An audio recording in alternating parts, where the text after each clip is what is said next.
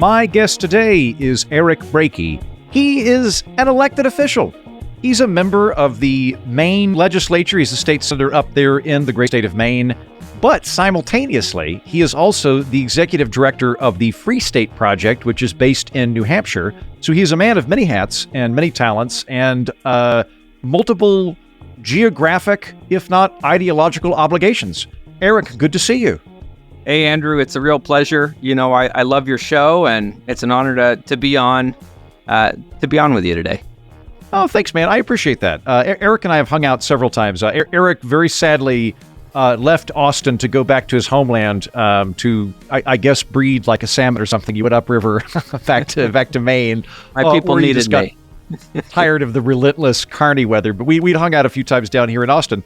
And you listeners, you may have heard Eric before, because when I was up in New Hampshire, I hung out with Eric and a few other people, and we did an episode with the New Hampshire Libertarian Party. Now, Eric was not there speaking as a member of the Libertarian Party. He was in the room, however, because he was in New Hampshire and is the executive director of the Free State Project. So he wasn't the main person that we spoke to, but he was there, so you might remember him from the conversation. There, everybody's caught up to snuff on you. So here's what I want to talk to you about. You're the executive director of the Free State Project. I immediately have cognitive dissonance when I'm confronted with the Free State Project, and it is my hope that by the end of today, you will not only convince me that my internal cognitive friction is misplaced, but you will convince me to move to a cooler, friendlier tax haven and rescue me from Austin, Texas. You're always welcome up here. Thanks, man. I've always felt very welcome in New Hampshire. I've been there twice, and I've had a great time both times. So here's the locus of what concerns me. Is part of me is very happy with the idea of voting with your feet. I'm going to back up. I'm going to back the hell up. Eric, two questions, then we'll get into what bothers me. One, what is the Free State Project? For anybody that's unfamiliar with this, we should probably establish what this is. That way they're able to catch up with where we are. What is the Free State Project that you are executive director of? So the Free State Project is a nonprofit organization that's existed for a little over 2 decades now. And its mission is to get libertarians across the country to move and establish a libertarian homeland in the state of New Hampshire. And the premise is this: as libertarians, we're maybe, depending on how you measure and poll across the country, we're somewhere between 1% to 5% of the population, which is certainly makes us a small minority in a country that was founded on these principles and these ideals, but has lost the way under, decades, centuries of statism and empire. And so as a small minority in whatever state you find yourself in, whether it's Texas, which has some good economic liberties, but is pretty bad when it comes to personal liberty, or the least free state in America, the Empire State of New York, or wherever you fall across the country, you're going to be a political minority. Your voice is going to be very hard for your voice to really have an impact on the overall politics and culture in your state. And but it doesn't have to be that way. If we were to concentrate libertarians in one place, in the Live Free or Die state, which is currently ranked, according to the Freedom in the 50 States Index, is the number 1 state for freedom in the entire country when you measure for both economic and personal liberty. If we concentrate in one place and we build community with fellow libertarians, we can have a profound impact on the politics and the culture of the state. And that's what we've been seeing happening in New Hampshire over the last 20 years. And if you want to talk about any of the ways we know it's been having an effect, I'm happy to talk about that. We absolutely will. And immediate follow-up question. You are a state senator in Maine, but you're the executive director of the Free State Project in New Hampshire. How's that work? Do you commute? Do you plan to move to New Hampshire? Yeah, I'm moving to New Hampshire at the end of the year. The role of executive director came up. It was open. I applied for it. I was already thinking about getting out of politics in the state of Maine. 12 years of doing this since the Ron Paul campaign in 2012, 3 terms in the Maine Senate, 2 runs for federal office.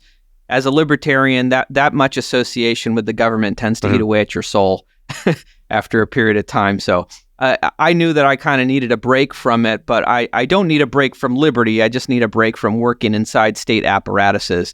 And this was a great opportunity to come be in community with great people and continue making a difference in a way that doesn't subject me to my soul and rotting away. I will add that the 2 times I've been to New Hampshire, I've hung out with people that are a part of the Free State Project. I'd previously hung out with Nicholas Sarwark, who was one of the top guys in the Libertarian Party back in the day. I forget quite whether he was president or whether he was director or something like that, but he was big in it and was big in the Free State Project, and hung out with you and the head of the Libertarian Party of New Hampshire when I was in New Hampshire this last time. And while we previously discussed kind of the Libertarian Party of New Hampshire and some of the tactical and rhetorical elements that are going on there, which I did kind of have a different interpretation of. That being said, just the social side prior to all of that, there was a clubhouse. Everybody was really friendly. Everybody was really nice to me, even after I disagreed with them. And on top of that, there's like a welcoming committee where if somebody moves to New Hampshire, like a bunch of people help you move your stuff into your house, which is just a really nice thing.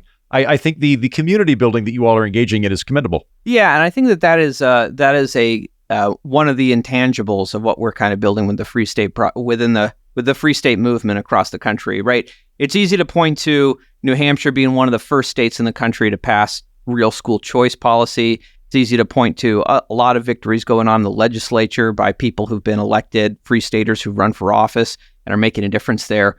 But one of the harder things to explain, and is really something you have to come and experience, is what it's like to actually be here in community with people who share your values and want to build a free society and are actually doing that. And this manifests in so many different ways, from the fact that you have huge homeschool networks across New Hampshire of like-minded people through the Free State movement.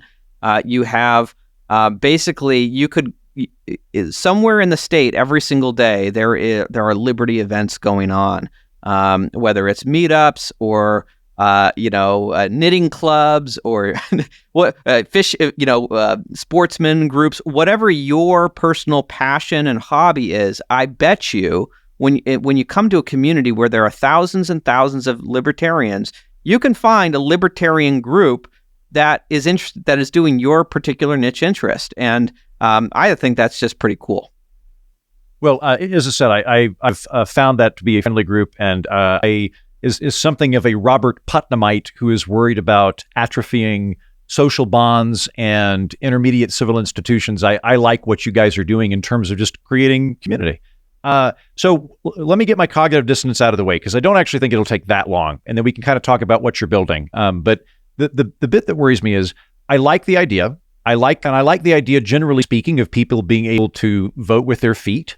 And I also really like the idea of there being large variance in geographic polity within the United States. I think that we ought to be a lot more localized and federational than we are. Really, I think a lot of our problems would go away if you want to have a European-style healthcare system. I think that's a really great idea. I think that could work in Massachusetts or in Oregon. I don't know that would work on a winner-takes-all level at the national level.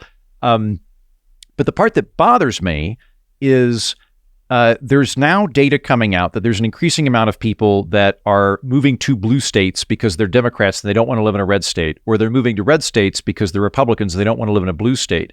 And what concerns me about that is that rather than having, living in a state, figuring out how to get along with people you disagree with, the kind of basic bedrock pluralism that defines the American experience, and ultimately reach, if not a consensus opinion, a palatable majority opinion, that we're beginning to see a kind of geographic / ideological congealing where red states will hypershift red, blue states will hypershift blue, and we're still within this national winner-takes-all framework. And so we become more and more polarized and risk like breaking the country into 2 countries or something like that. That's the bit that worries me. So I don't know. What do you make of my yay voting with your feet, but also fears that the voting with the feet is going to kind of capsize our already partisan country?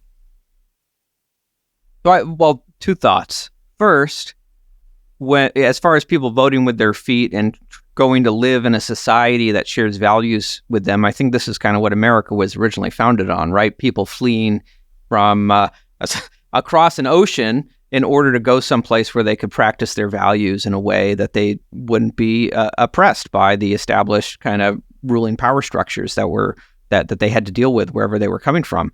So I think this is kind of very much in the American tradition in that sense. And then in the more post-colonial sense, it's in the American tradition in the sense that it's in the American tradition of federalism, right? So I certainly see what you say about your concern about living under this kind of winner-take-all structure where we become increasingly polarized within the different states, and we're still all fighting for control over a monolithic empire centered in Washington, D.C. Certainly, that's challenging. But I guess what I would say is that at least as far as our vision goes, as far as the libertarian vision goes, we want to nullify Washington, D.C. We don't want Washington, D.C. to play an outsized role in people's lives. We aren't interested in fighting for control over the national capital, provided the national capital devolves its power back to the states, which states are fighting for, and New Hampshire is fighting for through acts of nullification, for example, as the New Hampshire legislature has nullified unconstitutional federal gun control laws. The New Hampshire House of Representatives even passed Defend the Guard legislation, which it didn't pass the Senate, but its momentum's behind it, which is, I know we've spoken about it before. I'm a fan of that act. Some of the audience might not know. Yeah. Defend the Guard, bringing National Guard troops home from wars that haven't been properly declared by Congress. So, if we're all just kind of moving to these different states in order to, I don't know, continue fighting for control over a centralized national government, I think that's probably not a very good aim. But if we're going to these states in order to try to build communities that we ultimately want just the other states to leave us alone and let us do our experiments in our state and perhaps learn from our example. I mean, I think that's one of the great things, right? The 50 laboratories of innovation, when you have an actual libertarian state like New Hampshire has in its motto, and it's becoming again, you get things like school choice in practice that can be observed and see how that's working, and other states can take it and say, wow, that's worked out really well in New Hampshire. Maybe we should adopt it there. But it's hard to get one state to lead on some of these libertarian policies when you don't have working majorities to work with, and you've got a majority population that's still addicted to statism. So I think that's where New Hampshire, not only the Free State Movement is making a difference for those of us who live in New Hampshire, but we can really build models that other states can take on and adopt when they see how it's working in New Hampshire. Okay, that makes me feel a lot better, actually, because it sounds like my problem's not what you're doing. My problem is the failure of federalism in the United States. That if it were a more decentralized, localized country where Oregon or California can be straight up socialist, and that's fine. Also New Hampshire can be libertarian. And I think I am a little bit less ideological than a lot of my libertarian friends. So if it works in California, maybe we should bring it on. I don't know. But that's not the problem. The problem is the winner takes all, who sits on the Iron Throne mentality that we've got in the United States right now. That's what's getting us in trouble. It's not I'd like to live in other people that have a similar political ideology to myself, but I'm okay with other people having their own community. I want to live with other people that have a similar political ideology to myself, and we should run everybody else's government. Yeah, our plan is to raise dragons up to majority so they can just burn the Iron Throne and melt it to a crisp so that no one can sit in it anymore. You know what? I broadly agree with you. This is one of the things that I'm in agreement with the Free State Project on. Is I feel like the arguments that I'm having with my conservative and progressive friends regularly they're like, look, if you'll just give us the power, we will make a really good country. And I'm like, I think we should throw Frodo's ring into the volcano. I think power is the problem. Most of the time, everyone wants to take it to Gondor. Yeah, and like when I find myself, when I'm agreeing with my progressive friends economically, it's usually something like monopolies are bad. We might need antitrust legislation, and it's usually rooted in yes, I think the accumulation of power is bad. I agree with you. But also, the massive accumulation of power in government is a problem, and a bigger problem. So I'm with you. Can I give you a suggestion for the Free State Project, which I think is actually quite clever? Go right ahead. Okay, so your goal is to get people to move to New Hampshire, to create a kind of libertarian beacon, or carve out one place within the 50 states that is overtly and objectively libertarian and run it as a libertarian place, and the rest of the country can kind of do whatever it wants as long as it stays out of New Hampshire's business. Something like that, right? Yeah, okay. That's a good summation. Here's what you need to do. Get some money together, get some backers to give you sufficient money to buy advertising. Could be on YouTube, could be on television. Make an advertising campaign where Democrats and Republicans are thanking the Free State Project for getting libertarians to leave their state. So have like a California commercial of like really over the top Californians that are like, like I don't know, drinking green juice and soy and driving a Tesla and a Prius and all, like just really over the top blue team where they're like, thanks Free State Project, and they're like waving goodbye to libertarians that are driving away.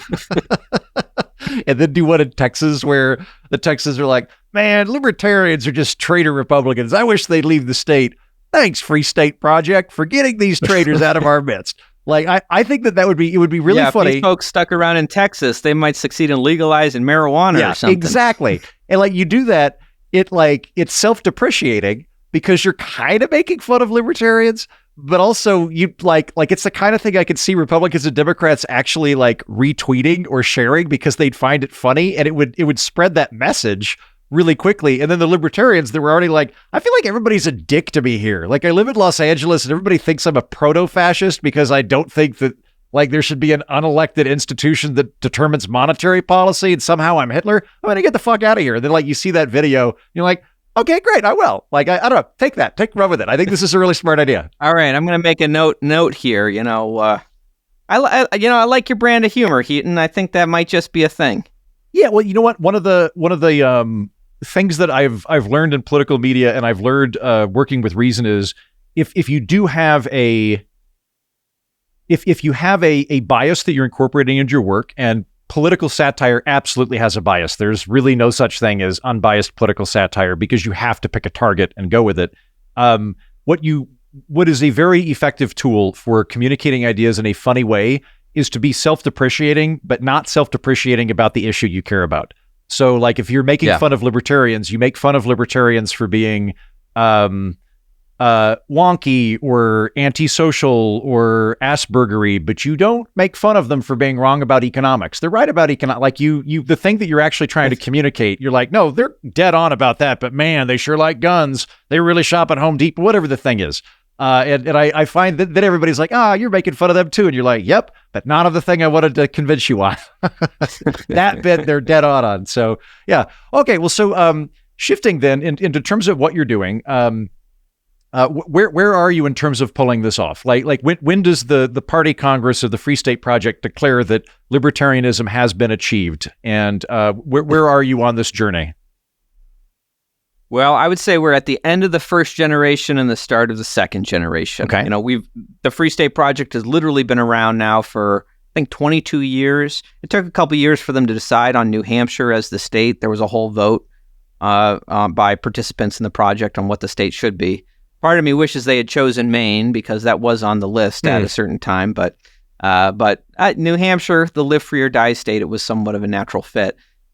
So over the course of the last 20 years, thousands of people have moved to New Hampshire under the banner of the Free State Movement. As you've seen through your visits, I mean, we've got strong community across the state, 4 different Liberty Clubhouses that have just been kind of independent projects that aren't operated by the Free State Project. They're operated by people within the Free State Movement, right? That's the great thing about the decentralized nature of what we're doing. The Free State Project, our job is to communicate with the libertarian diaspora around the country and get them to move here. And then once they're here, they go join the communities and you go do whatever you want to do. Be involved, however you want to be involved. If you are focused on homeschooling your kids, if you're focused on running for the legislature, let a million flowers bloom. And some really great things have really emerged over the last 20 years. So now I'm coming in kind of at a crucial point where it's kind of a time of transition. It started, when things got started, it was just a bunch of like ragamuffin libertarians. And now a lot of those ragamuffin libertarians have gotten married and are having kids. And like, we're really like in the next generation, the whole libertarian families are taking root in New Hampshire. And I'm excited that, and I don't know if you've ever been, but this June is going to be our 21st Porcupine Freedom Festival. Have you ever been to the to PorcFest, Andrew? I have not. When is it? Because my whole schedule is weird this year. Like usually I go to Scotland in the summer, but since I'm covering the Republican and Democratic things, I'll be around throughout July and August, which is not normal for me in the last few years. Yeah, what time of year is it? Well, it's going to be in June. So you said July and August. So, I mean, I'll be in the country, and I'll be swearing vociferously in Texas relentless carny weather. Well, it'll be June 17th through the 23rd in Lancaster, New Hampshire. We've got a ton of folks coming. Over 2,000 of your favorite libertarians. You get to go camping with them. We're going to have Jack Hunter, Gene Epstein, Jeffrey Tucker, James Bovard, David Friedman, Spike Cohen, maybe Andrew Heaton. I don't know. Well, I'm making the pitch to him right now. We'll see if he wants to come and join us. But it is a truly unique experience. We call it like the Libertarian Burning Man, and it's a fun mix of all kinds of libertarians, and it's really, we've got at PorcFest, we've got kind of our main events that are being put on by, the Free State Project proper, but we also, along the campground, we really focus on decentralization, and we allow anyone to come and register and create their own events. We call them hubs. So you've got people with all kinds of different interests who are doing their own individual hubs. We've got podcasters coming. We've got a podcast studio set up for those who'd like to use it, Andrew Heaton. Anyway, it's a great week-long camping trip. Not everyone stays for the whole week, but it's a blast for whatever time you're able to come. And we'd love to have you join us. And folks can learn more at porcfest.com. That's pork with a C, not with a K. Mm-hmm. Just like my own name, Eric, is spelled with a C, not a K. PorcFest is spelled with a C, not a K. Well, thank you for that. I'm going to correct your name in my notes, which for some reason I actually spelled with a K. All right, I'm gonna phrase this next thing delicately, and I want you to know that this is coming from inside the tent, from a place of love. As somebody who's about to drive to DC to go make funny videos with Reason, who's broadly on board with liberty. I think if you're going to take people's stuff or force them to do things against their consent, you have to prove that there's a really strong societal reason that we're going to abrogate their liberty and that your solution is apt to actually solve the problem. If you can do those two things, I'll go with you on government, but the default's no. The default is freedom for me, right? So I'm broadly with it. That being said, I can very much get worn out talking about libertarianism with libertarians. So it can just kind of exhaust me at some point where I'm like, all right, can we talk about Battlestar Galactica or Game of Thrones or something other than just like, let's talk about Murray Rothbard some more. So I'd be worried if I moved to the Free State Project that it would just be me like going out and be like, Patrie Friedman really had some interesting seasteading points. Does anybody read fiction here? I'd be worried about that. Would be a top concern. It is a minor concern with PorcFest that it would just be a week of me going, I live in this already. I don't want to do this for fun. So what do you reckon? How exhausted would I be at PorcFest or the Free State Project?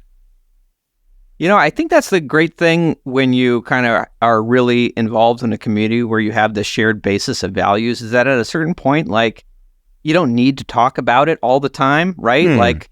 Maybe you get involved with a Dungeons and Dragons group and you all are, libertarians, but you're not spending the whole thing just talking about libertarianism. I don't know. Maybe the dungeon master makes a Murray Rothbard character, who's a gnome, as so frequently happens in Dungeons and Dragons. A Murray Rothbard archetype emerges from the mists, or whatever your hobbies and interests are. I mean, there are so many different things going on at PorcFest that, certainly, if you go to some of the main events, at the main stage, you get to, it'll mostly be conversations about hey, defend the guard in the legislature. What's going on there? Here, let's hear a debate hosted by Gene Epstein on some kind of libertarian question. But there's so much going on. If that's not the programming that you're interested in, you can go play Humans versus Zombies with a bunch of teenagers. There's so many different things. When I went to proper Burning Man here a few years ago, for various reasons, I was dead clean sober the entire time. I didn't do any drugs. I don't want to besmirch anybody at PorcFest. My guess is if I get a bunch of people that believe drug law is really bad and they're at PorcFest, if I wanted to go do some fun stuff in the woods for a little bit. Like, my guess is I could find it. Like, if it was just like, hey, has anybody here ever done mushrooms? Like, a bunch of hands are going to go up. We're like, all right, I'm going to go out for the mushroom people for a spirit journey or something. I'll be back tonight for the Murray Rothbard D&D game. There's a lot of commerce that goes on at the Porcupine Freedom Festival, and we're all about free commerce. But we're joking about this, but actually you raise a really interesting point that I've never thought of before, which is, do people calm down when they're no longer an embattled minority? And I'll give you two examples of this that I've seen here. I briefly worked at the Blaze, where Glenn Beck is the head anchor, and I remembered at one point he mentioned that he'd been an extra on Cheers back when he was a radio disc jockey before he was political, and I was like, oh man, I would love to meet Kelsey Grammer. I'm such a big Kelsey Grammer fan. I think he's an amazing actor, and also I met him once. Have you? Cool guy. Yeah, just found out recently. Yeah. Was he I nice? met him when I was running for U.S. Senate. He's a conservative, so I got to have dinner with him and ask him for a donation. Yeah. And I was like, I found that fascinating that he was a conservative. And Glenn Beck went, oh no, he's crazy conservative. And this was Glenn Beck talking, and then he goes, Hollywood conservatives are just nuts, or something like that. And then it was like Glenn Beck going like, man, you don't want to hang out with Hollywood conservatives. They're off the farm, which many would say Glenn Beck is, which is why I find that funny. And then flip side of the coin, when I last lived in Oklahoma in my 20s, when I was there for a prolonged period of time, I was a Democrat, but at the time, it was very common for Democrats in Oklahoma to say like Oklahoma Democrats were a third party. Or to identify as blue dog Democrats. And what they generally meant by that was, look, we're not Republicans, but like we share a lot of overlap with other Republicans in Oklahoma. Like an Oklahoma Democrat at that time was more similar to an Oklahoma Republican than to a California Democrat. So there was a lot of geographic variance. But I've noticed the last 5-10 years that my Democrat friends in Oklahoma City have moved away from that kind of, well, yeah, we're Democrats in Oklahoma, so we're moderate Democrats, to being like very angry, very loud Democrats, because they're Democrats in this overwhelmingly conservative Republican state. So they're really pissed off and they really want to talk about it and be mad all the time. And I imagine all politics being nationalized has probably had an effect on that too. But so I wonder though, then, like if you bring up, I think from, depending on how we want to slice it, people that identify as libertarian, not libertarian tendencies, but like if self-described libertarians somewhere, 1 to 5% of the population, they're a minority everywhere and pretty immensely reviled by the general body politic. Like the kind of immediate reactionary umbrage to libertarians, I think, is pretty intense. So I hadn't even thought about that if you just got a bunch of them to live in the same town, that they'd kind of breathe easy and calm down and be like, well, now we can fish. Like now we don't have to talk about this stuff. That's interesting. Has that been your experience? People kind of calm down and just, get back to like playing baseball and stuff? Yeah. I mean, I think certainly when people are kind of like new to it, right? It's kind of like, you want to kind of... Yeah, when people are new to it, perhaps they've got a little bit of zeal and they want to talk about all these things. But at a certain point, it's like, okay, I'm libertarian, you're libertarian. I don't know. What you doing for dinner next Tuesday? It's how was that vacation you just went on? Like, you get past a certain point and it's like, okay, we got shared values. That's a basis for commonality. But real community, bonds are built on thicker stuff than just talks about Austrian economics. And that's what's really fascinating too. And frankly, I will say what's exciting too is libertarian community that exists in person and not on X and Facebook, where so much of libertarian community, because it exists, because people are spread out and people might be kind of alone wherever they are in the country and feel so alone, that community forms on online platforms that frankly sometimes encourage and incentivize some not so healthy ways debate as opposed to actual socializing. Yeah, that's a very good point. I hadn't thought about that either. I would say 99% of the time, having political discourse online is much more likely to be acrimonious and accidentally frictional as opposed to in person. That's a very good point. Yeah. So I think all of those things, I think, are some of the things that make the experiment that we're doing in New Hampshire very unique, and I think very healthy for the libertarian movement overall. How do non-libertarians in New Hampshire view you guys? Are you just off their radar? Like if I'm a Democrat in New Hampshire, am I aware of the Free State Project? Is it just so far afield that I don't even think about it? Are there like, God damn it, another libertarian? Like in Austin, whenever Californians move here, people freak out. Although between you and me, I looked into the numbers on this. Biggest group to move to Austin, other Texas. Second biggest group to move to Austin, Florida, Justin Robert Young. Third largest group, California. It's not even the biggest, but anyway, they like, are you the Californians of New Hampshire? Or like, what is your relationship like with the Gentiles? Well, I certainly think that native Granite Staters who have an appreciation for kind of the live free or die ethic are grateful to have us as reinforcements to help keep their state free, because there is always kind of that concern of that migration of folks up from Massachusetts who perhaps don't bring the live free or die ethic and are just kind of like, hey, it's nice that there's no taxes here, but I want to kind of vote for all the programs that screwed up Massachusetts.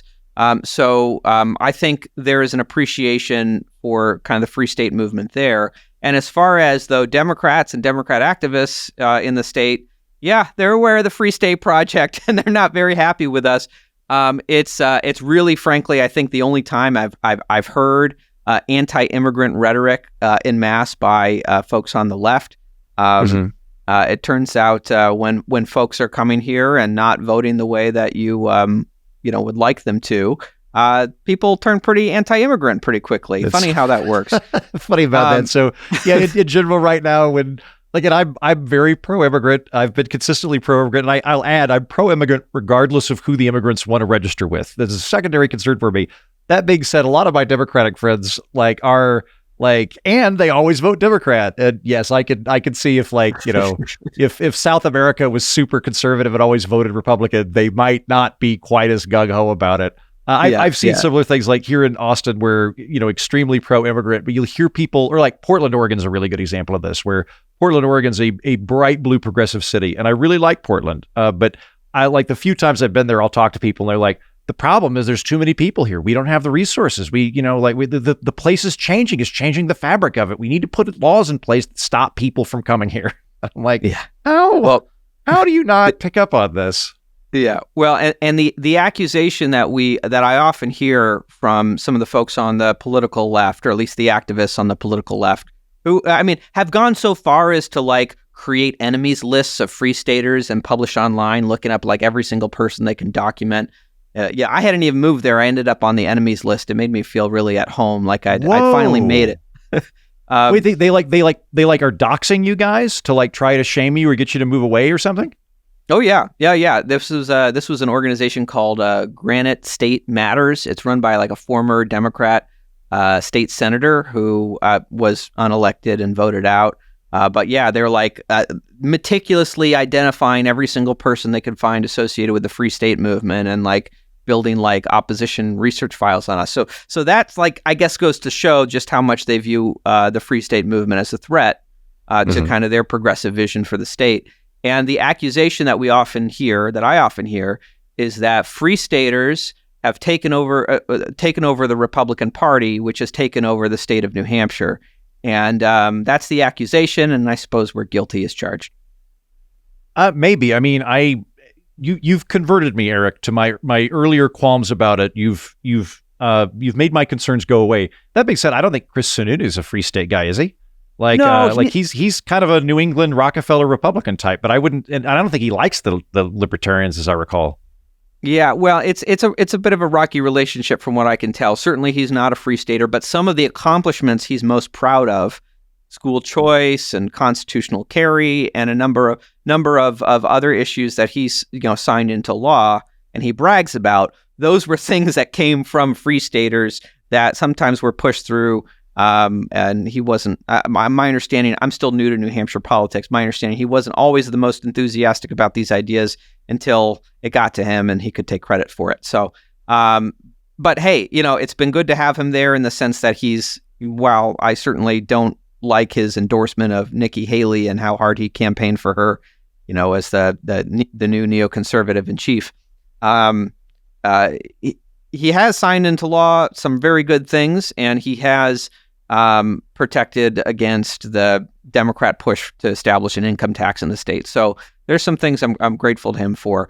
But certainly, when I say that the Free Staters and Libertarians have taken over the Republican Party in New Hampshire, I'm thinking specifically about the New Hampshire House of Representatives, which is the second largest deliberative body in the world. It has 400 members of the New Hampshire House of Representatives. So like every single neighborhood has its own state representative. And right now it's pretty dead even split. It's like almost 200 Republicans have a majority of just a few votes. And but libertarians within the Republican Party, so libertarian Republicans, account for about half of the House Republican caucus. I don't think you have a concentration of libertarians in any state legislature in the country anywhere like what you see in New Hampshire. I think that's probably true. And I assume that just your goal is to institute libertarian ideas more than building up the Libertarian Party. So people like it's the outcome in society you're caring about, not the party registration. Therefore, people are running as Republicans because it's more advantageous, or they can be Libertarian and Republican simultaneously, or something like that. Yeah, people are free to pursue whatever strategies and whatever they care about. Some people don't care about politics at all, and they're doing agorism or what have you. But as far as politics goes, yeah, I can only share my personal opinion as someone who's been involved in politics for the last 12 years. And I've debated folks like Dave Smith about kind of strategy versus Libertarian Party versus the Republican Party. What's the better vehicle for us to focus our efforts on? My personal view is that the Republican Party is a better vehicle for libertarians to get involved with and to co-opt the infrastructure of. Take it away from the neoconservatives, the Liz Cheneys of the world, the Dick Cheneys of the world, and become a strong wing of the Republican Party that is the libertarian wing. The other one that would be a corollary to what you're trying to do would be the DSA, the Democratic Socialists of America.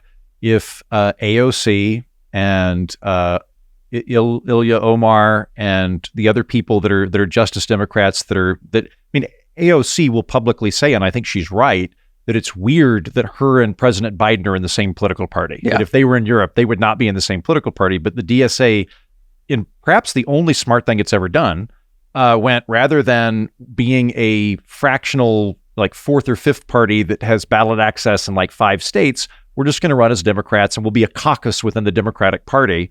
And they've been far more effective. If the DSA ran independently and was always running against Democrats, they wouldn't be in Congress at all. But as it is, think of all the exposure and ideas and clout that Alexandria Ocasio-Cortez has by being a part of that Democratic vehicle. Absolutely, right. They're not trying to take over the Green Party or the Peace and Justice Party, right? They're working to exercise their influence within the Democratic Party. And it's, I argue a lot with my friends who I love, who I think are great people, who choose to try to make a difference through the Libertarian Party. And I will say I am also a member of the Libertarian Party of Maine, but I'm registered Republican. I guess if you sign the non-aggression principle pledge and all that, you can be kind of a lesser member. So I'm a lesser member. I think legally speaking, the prescriptions are just what primary you participate in. Like theoretically, if every party did a caucus, you could be a member of every party. It would just be a question of if you could physically go beyond them. It's because primaries are controlled by state governments. You're limited by state laws to what you can do. But you could, like the Libertarian Party, and for that matter, the Conservative Party of the United Kingdom, you don't even have to be a citizen to be a member. Like I thought about joining the Tories just because I thought it'd be funny if the only member of a political party I was a British party. I didn't. Instead, you became a Whig. Instead, I became a Whig, which I need to think about revamping that campaign now that we're getting into campaign season. But or the Forward Party is another example. You can be in the Forward Party and be a Democrat or a Republican. It's a open marriage system. So you are very philosophically libertarian. I will absolutely give that to you. But you are, for practical reasons, registered as Republican, which you see as the more advantageous route to getting things done. Yeah, and in my kind of political career, I got started because of Ron Paul. I was a state director in Maine, and of course he ran as a Republican, and because of that he was able to get on the debate stage and he was able to spread the ideas there. I ran for state senate as a Republican. I've served 3 terms, and I never would have been elected if I'd run as a libertarian, right? The fact of the matter is that the way our political systems are set up, whether we like it or not, it's a rigged game, right, with kind of the plurality-based winner-take-all voting systems, you're always going to be dealing with this this impulse to, vote for the lesser of two evils because you hate Hillary Clinton, and you don't want to see her get in there, so you're going to vote for the person running against Hillary Clinton who's got the best chance of winning. And if you're running under one of the two major parties, you basically have a floor. Obviously, this differs by district, but let's say you're going to get 30% of the vote no matter what you do. You could put Adolf Hitler on the ballot, right, under a political party, and well, that person's the team, got the team jersey that I vote for, and I really don't like that person he's running against. So you got 30% no matter what. And if you're running as a Libertarian Party candidate or an independent candidate, your floor is, well, maybe like 1%, right? Yeah. A lot easier to go from 30 to 50 than it is to go from 1 to 50. And to win as a third-party candidate, you basically have to get every other vote that is on the table not accounted for. You're just at a tremendous disadvantage. Yeah, that makes sense to me. I mean, I'm an independent media analyst, so both ideologically, but also for practical purposes, it makes sense for me to be an independent and not be a member of a political party. If I were running for office, and there are 3 offices I'd actually would enjoy holding if I ever had the opportunity to do it. I would love to be in the state legislature. I like doing policy work, and I like meeting people. I wouldn't want to be in Congress. That just strikes me as like just an aneurysm waiting to happen. But like being in the state legislature, I think you can do a lot of cool stuff. I'd love to be the ceremonial mayor of a town that doesn't need a mayor. That sounds like the greatest job in the world. Or an ambassador, which is basically the same thing. But Andrew, I'd love to see you in the state legislature. And the best state to run for the state legislature, New Hampshire. We have 400 of them. I think New Hampshire might be the only state that for various reasons, not the least of which it's a small enough constituency size that you could actually meet all of your constituents and therefore make a one-on-one campaign. It's funny too, for you guys being in the most libertarian state, the most free state, you're also in, I think, one of maybe 3 states that is small enough you kind of could make a really robust government work. So getting away from ideology, but into political engineering, I think scaling's a really big issue in politics. I think it's completely ignored in all of our political conversations. Single-payer healthcare, I'm open to it, but it seems to me that tends to work better in a smaller country than a larger country. And in any event, big, robust government, I think, is always going to work better when the government is closer to the people and the people have immediate recourse to bring up problems with governance. But you can't do that in a country with 370 million people where I am one of 700,000 constituents for my member of Congress who is himself one out of 353 members of Congress. Then I get 2 senators for a state of 70 million.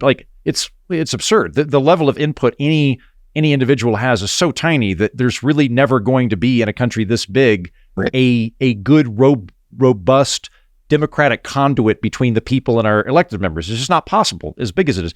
With you guys, though, it's small enough. You could, member of the state legislature, drive around in a pickup for 3 weeks, just, helping people mend offenses or whatever. You'll meet half the people in your district and they can know whether you're a good guy or not. Yeah, I mean, I will say, that's one of the things I've loved kind of serving, in Maine and New Hampshire are similar in this regard, in that the legislative districts are very small. You can get to know, as a state senator in Maine, my district is about about 60,000 people, which is about, I think that's about what a congressional seat was at the start of the American, the start of all this. Madison wanted to cap it at 30,000. That was his goal. Okay. And I think 30,000 was, but you're twice that as opposed to 15 times that. You're still a lot closer. Yeah.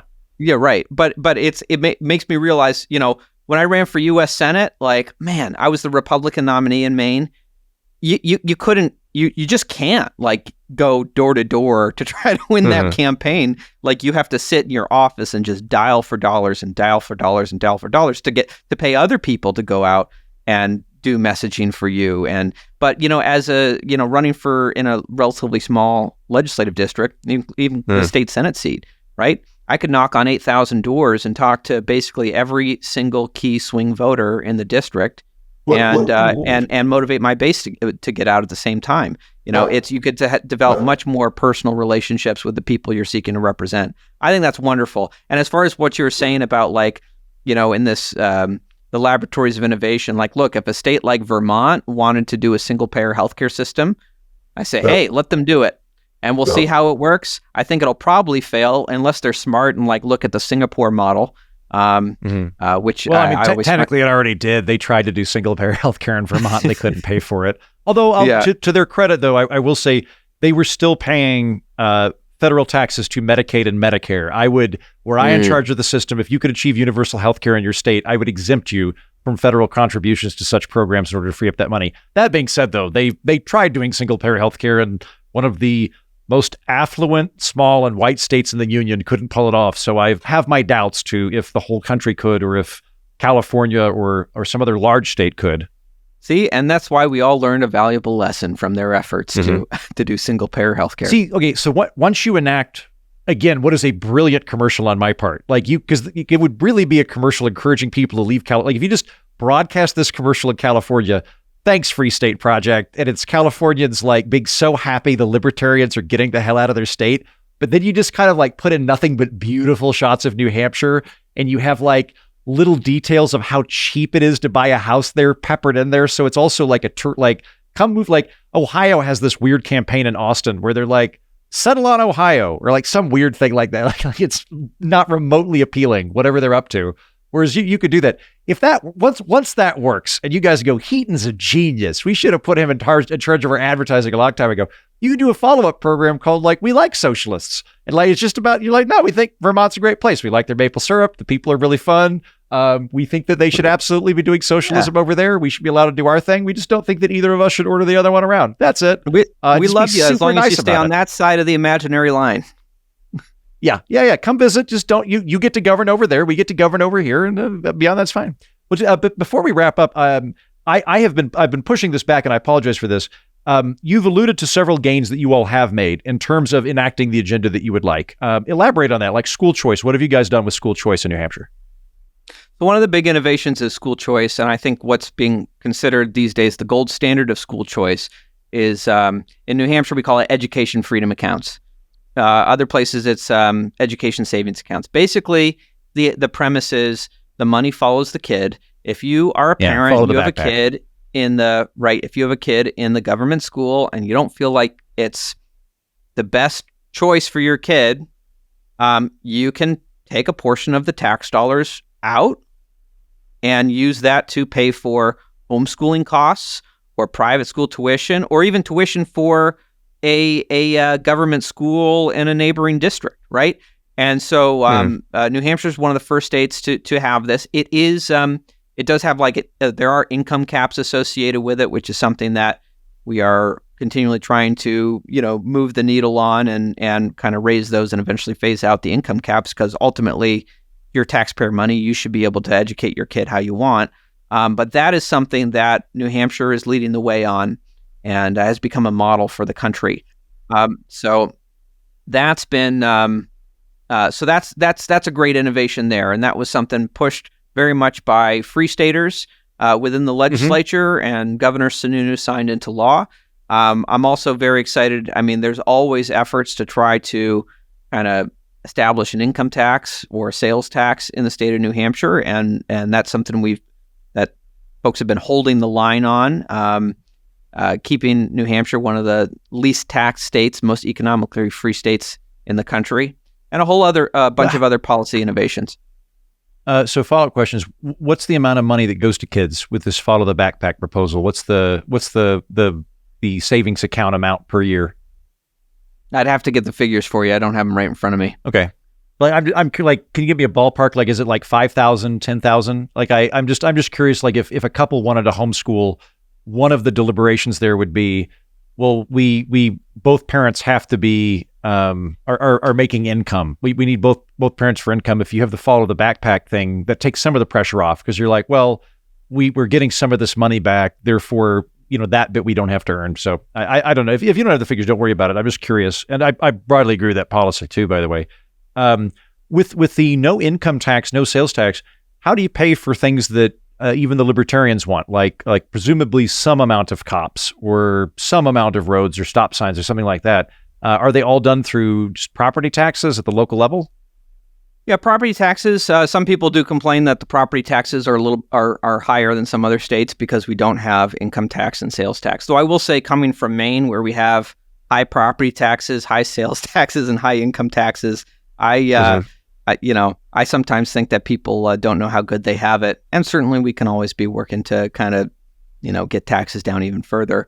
But then also there's, we get a lot of pass-through folks buying liquor in New Hampshire. I think that I will say, New Hampshire does have like a state monopoly on liquor sales, which I'm not sure how much I love that from a libertarian angle, but I suppose if it does kind of contribute to a revenue source, that means that we get to not have an income tax and not have a sales tax. I suppose there are worse things. But those are some the property taxes, liquor sales. There are also folks who are visiting. This shouldn't discourage anyone from visiting, but I know there are kind of meals and lodging taxes as well. They try to, hit the out-of-staters. I think that's the taxes. Pretty standard in the country. Which, side note, I just learned this because one of the things that I'm fine with the government doing is I don't have a problem with government forcing transparency for consumers to make better economic decisions. That to me seems like something that facilitates the whole John Stuart Mill individual actualization. So, for example, requiring calories on the side of a food thing. I think that's good. I like that, right? My problem is much more the command economy type stuff. So one of the things that I was like, yeah, good Biden on that one was when he talked about getting rid of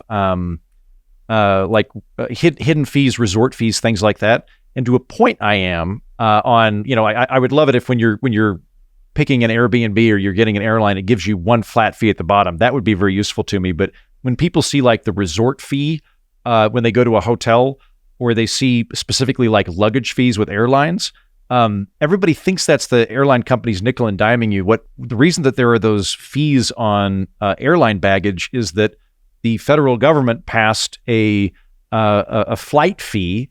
So there was now a tax that was put on airline tickets. And so what the airlines responded by doing was splitting the actual flight from the luggage so that you, the consumer, would end up paying a lower tax footprint. So it was actually a response to the tax environment. Anyway, very roundabout way of saying, I think that those very irritating visiting and resort fees are fairly ubiquitous in the country. I don't think that you guys are unique in that regard. Wait, I got another social question for you. When I was driving around New Hampshire, which I think looks like Yankee Narnia, it's a beautiful state, and the climate befits a man of my standing, who does not wish to be sweaty and slick and covered with tattoos on my way to the rock climbing rink every day. When I was driving around, the criticisms I heard from people that are in New England but not in New Hampshire, like visiting it. One of my friends that I was driving around with while I was up in New Hampshire, she thought that like New Hampshire people were just very selfish because they wanted to keep to themselves. Now that might just be a general critique of libertarianism, that unless you were participating, constantly in the body politique, there's something ethically anomalous about you. And then something I did hear from even New Hampshire people was that it is a much more, we've had our friends since high school, we don't need new friends environment, that it's very difficult to break in. Like I had a cab driver that had moved there 45 years ago, and he was like, maybe my grandchildren will be considered local at some point. Like, you're planning to move there? Are you at all worried about this? What do you think? Well, I mean, obviously, I'm moving to New Hampshire and entering like a community of people who are incredibly welcoming, and the whole point is to welcome people. So I'm not experiencing that problem. If that is part of maybe the broader New Hampshire culture, I haven't experienced that personally, but maybe I'm desensitized to it because maybe that's just a New England thing, and I've been up, maybe it's.